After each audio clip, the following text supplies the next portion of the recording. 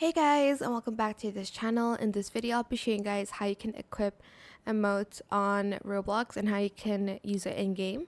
If you go to your avatar here, you're going to select customize and you're going to select emotes.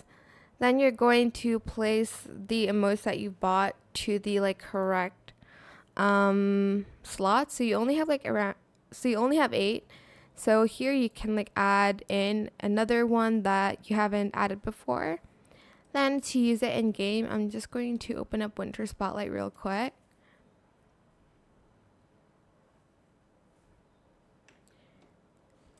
Then to open it in game, you're going to select these 3 lines over here, and then you are going to go to emotes and you can select the one you want. And that is pretty much it. Super simple. I hope this tutorial was helpful for you guys. Don't forget to like, comment, share.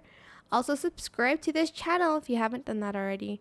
If you have any more questions about this video, just leave it in the comment section down below.